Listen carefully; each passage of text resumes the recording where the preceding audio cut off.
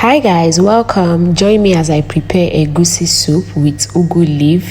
Here are my ingredients for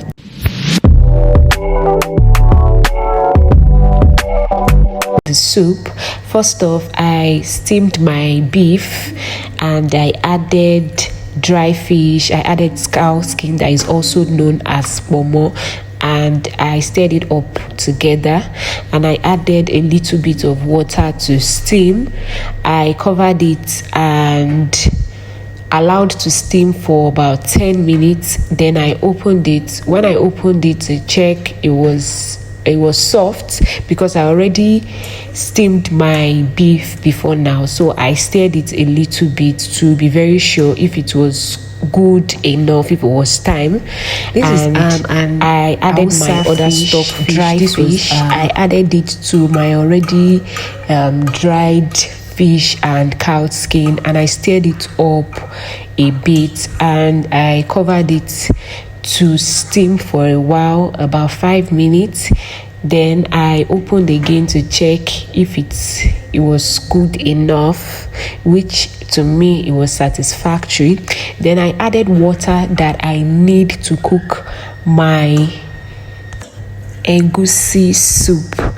I didn't cook the other one where you start by frying, so here I added rodo, which is fresh pepper, my already blended fresh pepper. I added it to it. There are two ways of preparing egusi soup. The first one is the one you do frying, and like you add palm oil, onion, then fry. But I had to do another style. I just needed something different, so I covered it to cook for a while. Then I opened it. I already added another water, and I added water to cook the egusi soup, and I added fresh pepper. So I already opened it to be sure if it boiled enough. So here I added my palm oil. I added my palm oil to my stock and my water, which I already added pepper to. Then I stirred it for a while. I added a little bit of palm oil again, because when the last one I added, I didn't know if it was enough.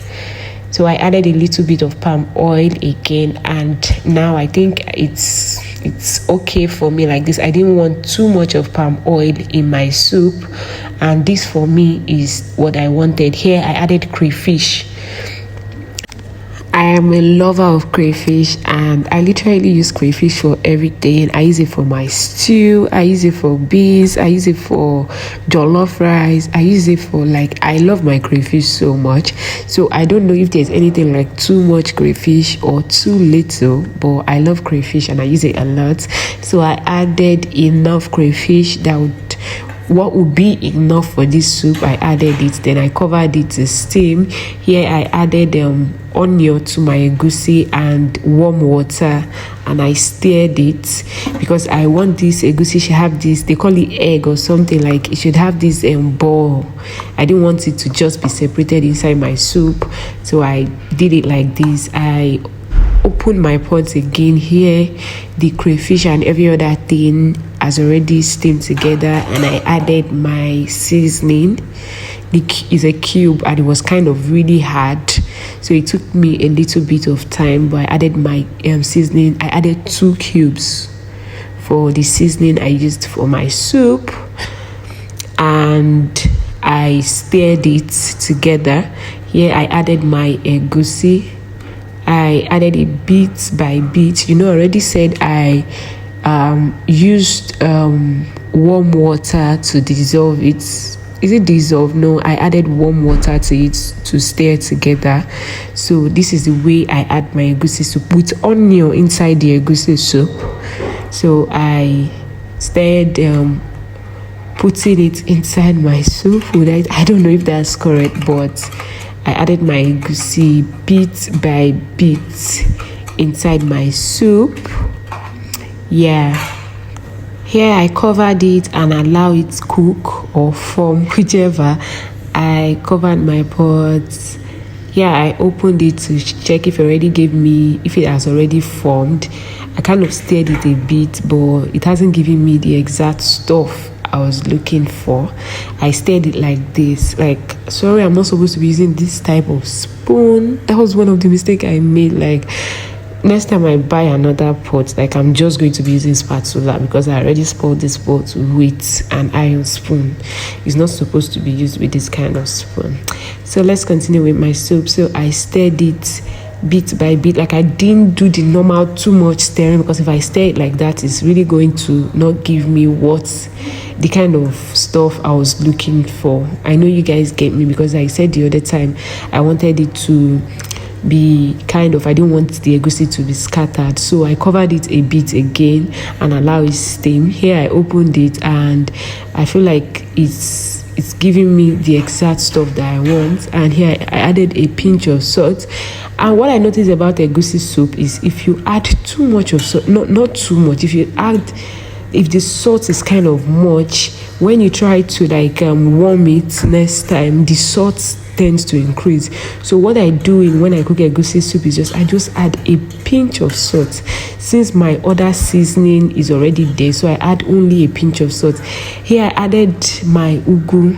This ugu was really scanty. It was this festive period. I love a lot of vegetable, but this day my ugu was really scanty and I felt so pained, because market was really close. It was Christmas. It was a day after Christmas and I didn't get to buy, so I just had to make do with what I have.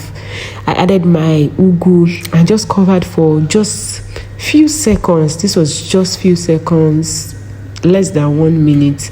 I allowed it steam, then I opened to check. Then voila, my egusi soup is ready. Next thing, I prepared poundo, which was to go with my egusi soup. I added boiling water to the pot to boil.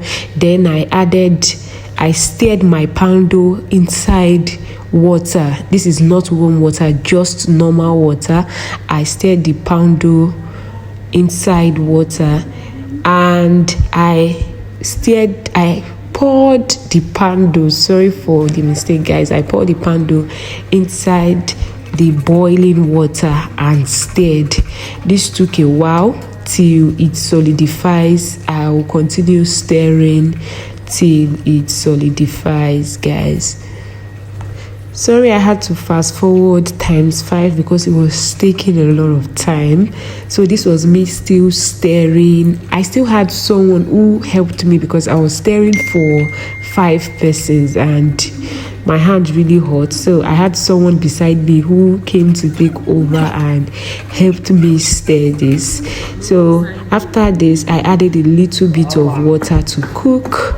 I covered it for a while, then opened, and this was the final stirring of the poundo.